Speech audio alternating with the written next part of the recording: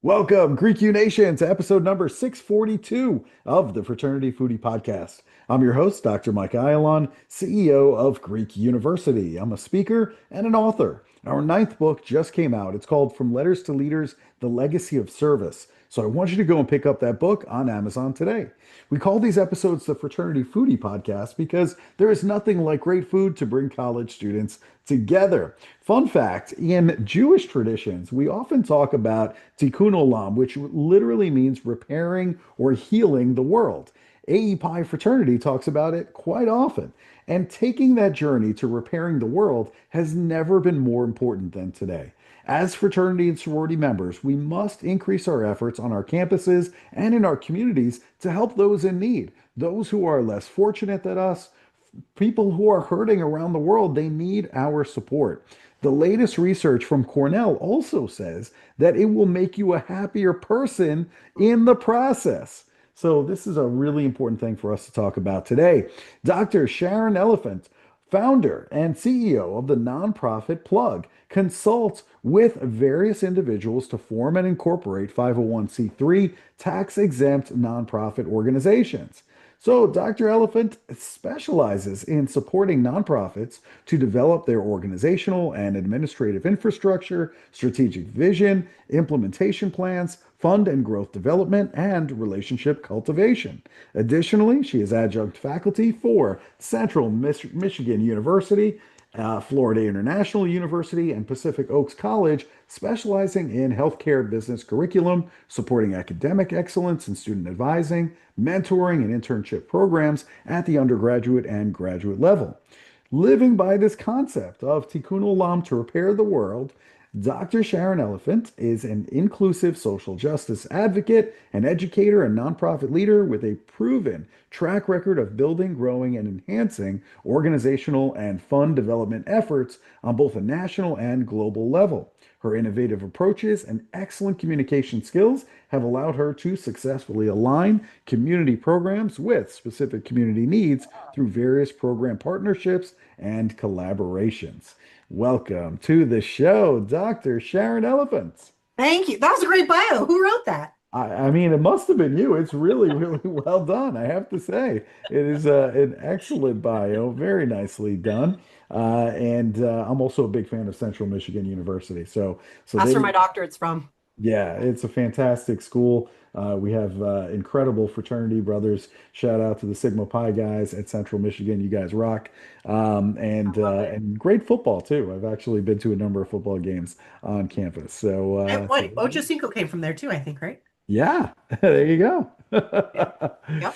So, it's really interesting. We connected because you mentioned that a recent episode on the Fraternity Foodie podcast really resonated with you. It was Dr. Kevin Reese, and it was around this concept of true belonging, which is incredibly important. So, from your perspective, what does real belonging look like in a student organization beyond just good intentions?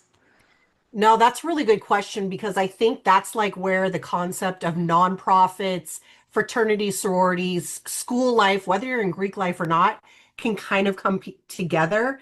And that's where it shows up where people don't have to assimilate to be accepted. And when their voice actually shapes decisions and not just attendance. And it gives you this sense of where you want to be and that you want to be there. And it keeps you motivated to coming back. Psychological safety, shared power, not just a shared space, transparent decision making, feedback that leads to change. It's all these different kind of things that just allows you to kind of make that extra connection. In like elementary school when you're in kindergarten, all you have is the relationships you build. It's not really about the work that you're doing. It's about like making friends. And college misses that when you don't have belonging because we're so much older and people are on the computers or the phones all the time. So this stuff and that sense of belonging gets you back into that younger little kid scenario. Yeah. 100% right. Love and belonging, when we're talking about Maslow's hierarchy, is Mm, really critical if you want mm. students to have success, which is why so many college campuses are thinking about belonging and how they make sure that that's in place for their students. And you've also spent years helping nonprofits to build structure and sustainability. So when you look at organizations like fraternities and sororities, where do you see strong alignment with nonprofit values? And also, where are those gaps? So, some of the biggest alignments that I see between nonprofit organizations, fraternities, and sororities, and really for that matter, any kind of collective group that has a similarity between it, mission-driven identities, brotherhood, sisterhood, which is probably the biggest thing out of it, service and philanthropy, and then also leadership pipelines.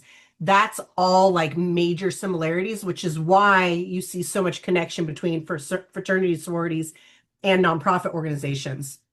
Some of the gaps might include things like power concentrated roles, some hierarchy stuff like that. Tradition overriding equity might be some issues that I've kind of seen along the way in some of those gaps. One of the other biggest ones is turnover. So it's short time frames that folks are in these groups, and that could kind of have an impact on some of the longevity. But other than that, I really see the alignment between the two. And I'm always coaching nonprofits to go rely on fraternities and sororities for additional impact because a fraternity and sorority, I don't know about other similar groups, and I actually was never in a fraternity or sorority. I think I probably would have misused that when I was in college. But now when I see those, I'm like, oh my God, that is power. Like some of the sororities and fraternities out here in Los Angeles, which is where I'm based, hundreds deep. And when they show up, and I've never seen anyone band so strong together in my life. And so I tell nonprofits here all the time when they're like, how do we find volunteers? How do we find board members? I'm like, go to your local fraternity and sorority.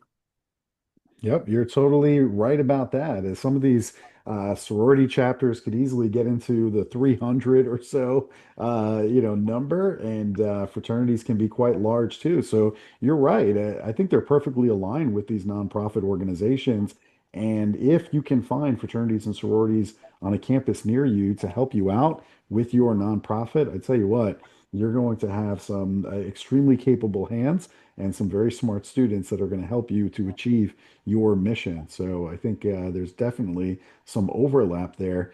And you live by this principle of Tikkun Olam that we talked about in the intro, which is basically just repairing the world. So how Mhm. does that philosophy show up in how you advise these nonprofit organizations and leaders? Yeah, so Tikkun Olam, it's a great concept. And I always like to tell people it's not necessarily a religious-based thing. It's a cultural foundation to an entire, like, massive population. Because I always like to kind of remove politics and religion from stuff because people just get so weird. And when you're in the nonprofit space, it gets even weirder. So I always like to start out by saying that Tikkun Olam is really like a foundational concept to how folks just can live to help make communities thrive. And so the way I kind of use that concept in sort of like a framework for everybody is when we're building systems that outlast personalities. When we build systems where these these commonalities can take what we're doing to help the community thrive for long lasting change. Tikkun Olam is not a one day concept. It is a for your life when you're born into the world until the day you go back to the earth or wherever you go, and it comes back again and through ever and over again. So it's really a concept of helping leaders move from intention over to impact and just remembering that that's a foundational roadblock concept. Hmm, great points. Some of the work that I've done with nonprofits include working with an organization to reduce overdoses in Tennessee, where I live in Middle Tennessee. And one of the things that we thought about was making sure that all the voices are represented. How do we get people who are suffering today with opioid use to be a part Mm. of our coalition, right? Mhm. That's a really important voice that needs to be heard. So, from your experience, are there any cultural warning signs that suggest that an organization may be unintentionally excluding certain voices, even if no harm is intended? Oh, for sure. Whether no harm or harm was intended, you can point those things out immediately when someone says, "We've always done it this way." That's number one red flag. Hmm. Number two red flag, feedback that goes nowhere. Nothing is more annoying. It makes my skin boil and my hairs come up and it's like someone's pulling them out whenever I'm asked for feedback. So not the unsolicited feedback, right? When I'm solicited for feedback and it goes nowhere. And then it's like later they afterward I'm like, I hate that I told you so. The other thing too is some people speaking, deciding, and benefiting. So if there's a little bit of kickback going on within the organization, that's kind of a red flag to me as well. Some of the DEI framed as extra instead of essential. Those are some of the red flags that you can really notice in an organization that kind of might be pulling some of that stuff. Yeah, those are excellent red flags. I like that a lot. Sometimes we also see where maybe the executive director of a nonprofit or maybe even the board might be resisting certain policies. They might Mhm. be resisting oversight. What do you think is usually happening underneath the surface when that happens? And how can leaders address that resistance productively? Yeah, I think it has to do with fear. Especially nowadays, people are really, really scared and territorial because your job situation can change so fast, turnover's so high in different situations. People are loving being unemployed on some levels. That's a discussion for a whole nother day.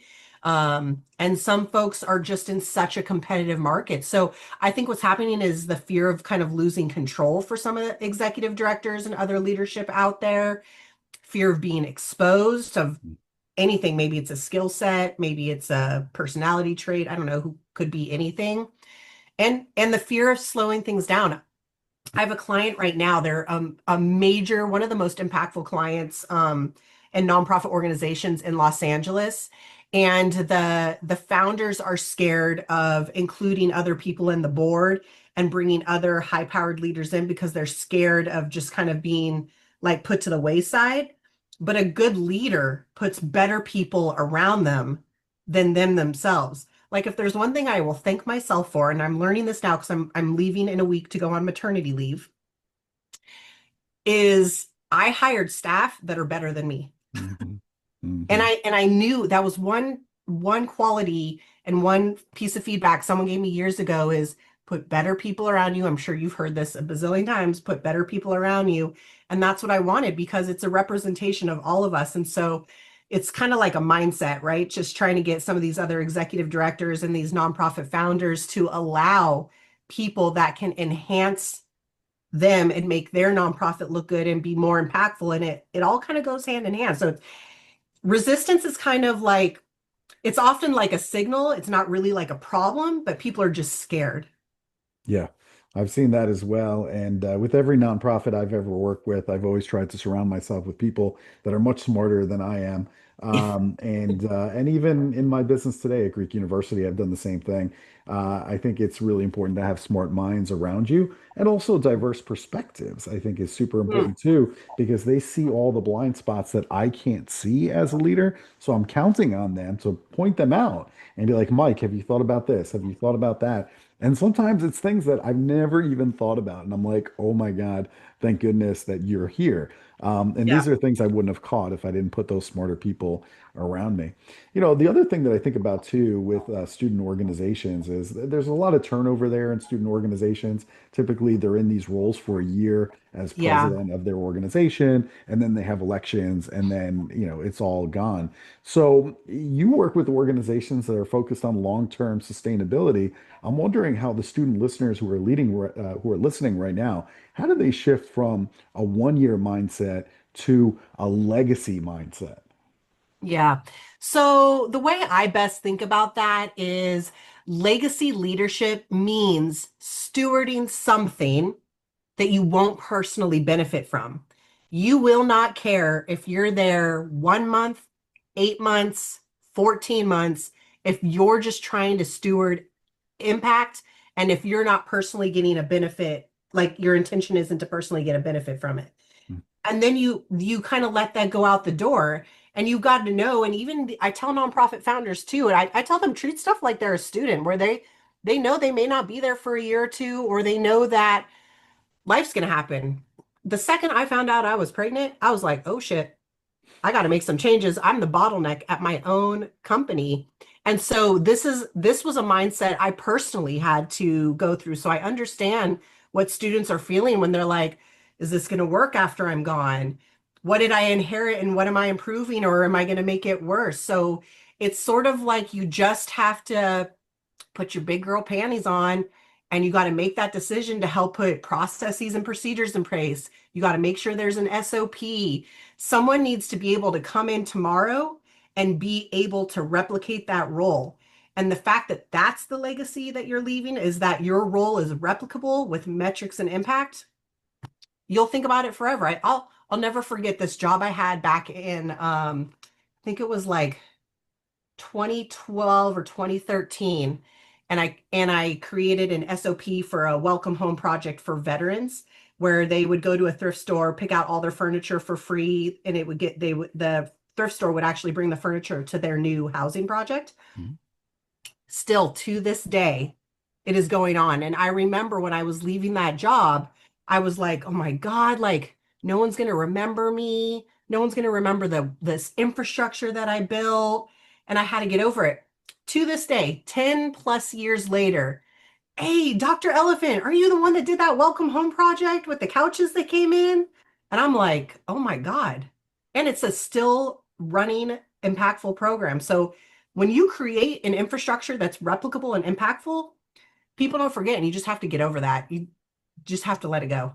Yeah, that training is really important too, from leader to leader. I mean, I know so many student organizations, so many fraternities and sororities, they did incredible philanthropy projects, community service projects, and then suddenly like, I come back 5 years later and like nobody's heard of it and they stopped doing it. And usually it's because a senior took all of that information about that project, Yeah. graduated, and left with all of that intellectual property and never trained the new leaders on how to do that.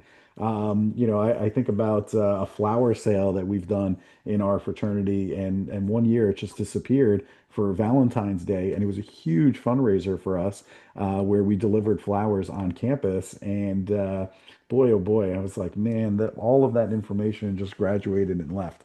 So you got to do that training. Yeah. Yeah. Yeah, no, I even just personally, so that way folks listening to this and students listening to this, like I still get it. I'm a CEO of a company and I still had to work on my mindset to be able to let things go and to document. Even my staff now are like, Sharon, can you take that out of your brain, please, and write it down? So now I keep a notebook at my desk and everything gets written down and we come up with a process for everything and we just document. The other thing too is what's really important for these groups that you work with too are like alumni advisory roles so that people can still stay connected. Those alumni advisory roles are a good way to really stay connected and ensure like legacy continues. Yeah, totally agree with that. I think good alumni are critical for the success of these organizations. Now, when we're talking about nonprofits, certainly you got to talk about values because I think Mhm. values are an integral part of these nonprofit organizations. So, what does values aligned leadership look like when tough decisions need to be made, especially around things like risk and culture or accountability? So for sure, consistency over popularity. And I know that's hard in a student-led environment. Hmm. Clear accountability standards, protecting people and the mission. One thing that we do with nonprofits now that I think student groups can do too is really ensuring that there's a good set of bylaws and policy and procedure, and that those transitioning into those new roles really commit to following those kind of accountability standards. So if your values disappear under pressure, it was just branding. If they Hmm. can maintain the branding and maintain the image, and even that group I was telling you about, the nonprofit that's struggling to add people to their board because they're afraid of losing control, they know that how important branding is. Their branding is so important in their impact that they don't understand that even if they were to bring people in, their branding is unbreakable. So if your mission and your impact and your branding is unbreakable, then these values will continue forever because that is part of the branding. Love it. Excellent, excellent, excellent.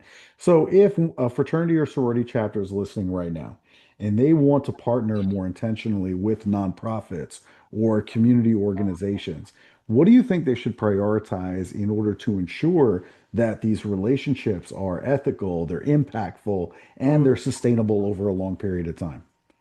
So, kind of like I would tell a major donor or a funder, a grant advocate, when they're asking why should we give money to this organization, I would tell these student organizations that also look for mutual benefit.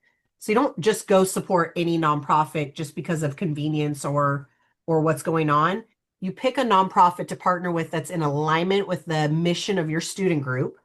You pick a nonprofit that has clear roles and expectations. You pick a nonprofit that isn't one of these nonprofits that just started and has like a one-off event. I would probably go to an organization that's maybe been around for 2, 3 years that can demonstrate their ethical impact. And what I tell donors is go look at their tax filings. Mm. So for nonprofits, all their tax filings are public information. You can go to a website called guidestar.org and you can go look up any nonprofit and you can pull their info. Now, granted, some nonprofits don't put their info on it, so that's a red flag. But if they're putting their info on it, you can pull their tax filing. You can look at their mission. You can look at their impact. You can see who their funders are, their partners are. Those are the organizations I go to because they're vetted. Unless you know somebody there, if you're just kind of looking for nonprofits to support, I always go to GuideStar or Charity Navigator and kind of look at their ratings and see what they're doing and look at what their reporting looks like. You'll know. Yep. It's just like reading a financial report. You'll see some red flags if there's red flags there. Yeah, GuideStar is a great resource. And, if you see that, let's say all of the money coming in goes towards, let's say, an executive director's salary, right? And it's like Mm, 100%, then you're like, wait a minute, like how much good are you really doing in the community if all of your money is all going to one person's salary? Like that should be going back into the community. You should see evidence that it's going back into the community, right? yep. And you can So, see that because in the 990 filings, you can see program descriptions, impact mhm, numbers, mhm. and if they're donating funds out, you can see all of that in a tax filing for a nonprofit. Yeah, that's a great tip. What do you think is one misconception about social justice or inclusion work that you would love to challenge for fraternity and sorority leaders today? I think that I would want people to really take to heart that inclusion isn't political, it's organizational hygiene. And so what I mean by that is it's actually an organization that is all about risk management, cultural health, and sustainability. Inclusion turned into a political thing. Inclusion isn't political. It's organizational hygiene. And I think if people just kind of step back and listen to that and breathe deep into that concept, then they'll really understand that value of social justice and inclusion and the diversity of organizations and what truly the word inclusion was supposed to mean.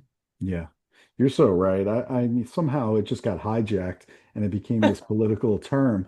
But in reality, what are we really talking about? We're just talking about belonging. This is a Mhm. universal thing that every one of us, Sharon, myself, all of us have this need to belong. Every single one of us. It's just human nature. It's just how we are wired as humans. There's nothing political about that. It's just we want to feel like we are part of something larger than ourselves. And that's just the way that we're wired. It's really not political at all. It's just the way that we've been wired, every single one of us. Yeah. So keep that in mind. I think that's a really, really good point that you made there. So when you think about the future of campus communities, a college or a university, what gives you the most hope? And also, what work still feels really urgent to you? So what gives me hope, and this is why I still continue to adjunct professor on the side of running the company, is because I freaking love students. I love young individuals. I love them because they're still eager to learn. They ask better questions. They're inquisitive. They have genius ideas. They will problem solve 24/7. Most of the time, they're open to feedback and will ask for feedback, unlike working with like adults like deep down in the field that don't want to have those discussions. So those are the things that give me hope. Students are very values driven, especially the student population now. Very opinionated, very value driven, very advocacy driven. That literally speaks nonprofit world. Things that make me sort of feel like urgent. Mm, More leadership training that includes things like ethics, finance, and power, especially finance and how that plays into the world of nonprofit sector. Nonprofits are still a business. In fact, I tell people all the time I hate that it's called nonprofit. I wish it was called business with cause because nonprofits are actually very lucrative. It's we just don't do it for profit. We do it for community impact. And systems that protect students, not just institutions. I think when we think about some things like that and the hope and the urgency for campuses, students aren't apathetic. They're allergic to anything that's like a hypocrite, and they will call you out on that, and they will call you out on it fast. And I that's what I love about students. They're it's like not necessarily that they're so innocent, but they still have that innocent drive, and they're so eager. Hmm. And I tell nonprofits all the time, you want more board members, you want more volunteers, just like with the Greek groups, go to students. Go to students, give them the opportunity. Some of them are looking for class credits and class projects. Go to students. Yeah. I can tell you spend a lot of time with college students because you're right. I mean, these college students, Gen Z anyway, they really want honesty. They want transparency. They are incredibly motivated despite all of the bad rumors and stereotypes that you hear. They're extremely motivated. And I can tell you work with college students because you're seeing that firsthand. So I think that's absolutely great. And I'm sure all those students at Central Michigan they all fall into that, values conversation that you're talking about. So Oh, for fire sure. up chips to all those Fire Central up Michigan, chips. all those Central Michigan students. I love it. Really, really good stuff. Now we do love good food here, and I know you're out in LA now. You're no longer in Central Michigan. So where should I go in order to get a great meal the next time I'm in LA? Let's see. In Los Angeles, one of my favorite places to go to, although I haven't been in a minute, um, oh my gosh. This is where you can tell I'm pregnant because that 25% brain function is a real thing here. It's a real thing, I've, huh? I've got 20 days to go, and my I literally can hear myself talking and go around like that. There's this spot kind of up in the Inglewood area. It has wholesome foods. Some of the best milkshakes. They've got some really good vegan food, and they've got it's like a almost like a kind of like a Jamaican restaurant, and they've got a health food store next door. Really yummy, and there's a parking lot. Oh, good. That's a Yeah. bonus in LA. We like You know. Yeah, we like parking lots. Another one that I really like is called Blue Jam, and they have this French toast where they crunch cornflakes on it. Wow, that sounds really good. Ooh, Yeah, I'm gonna have to yeah, try that. All right, so you gave me a yeah, couple of spots I need to try now next time I'm there. I will yeah. definitely let you know what I think. I'm gonna go check out both of those. All right, so I've enjoyed this, and so I need to know where can our college student listeners go in order to connect with you about nonprofits? I love it. College students, I want to hear from every single one of you. I love college students. You can find us on Instagram at the Nonprofit Plug, on YouTube at the Nonprofit Plug, on LinkedIn at the Nonprofit Plug. You can email us info at the Nonprofit Plug, and of course our website, thenonprofitplug.com. There you go, the nonprofitplug.com on all social media at the nonprofit plug. Go and connect with Dr. Sharon Elephant. I know that she absolutely loves working with college students, just like I do. You guys are the future. So, whatever we can do to help you out and get you going on your journey, that is something that both Sharon and I are very interested in. So, be sure to reach out. This has been fantastic. Thank you so much for sharing all this great information with us today.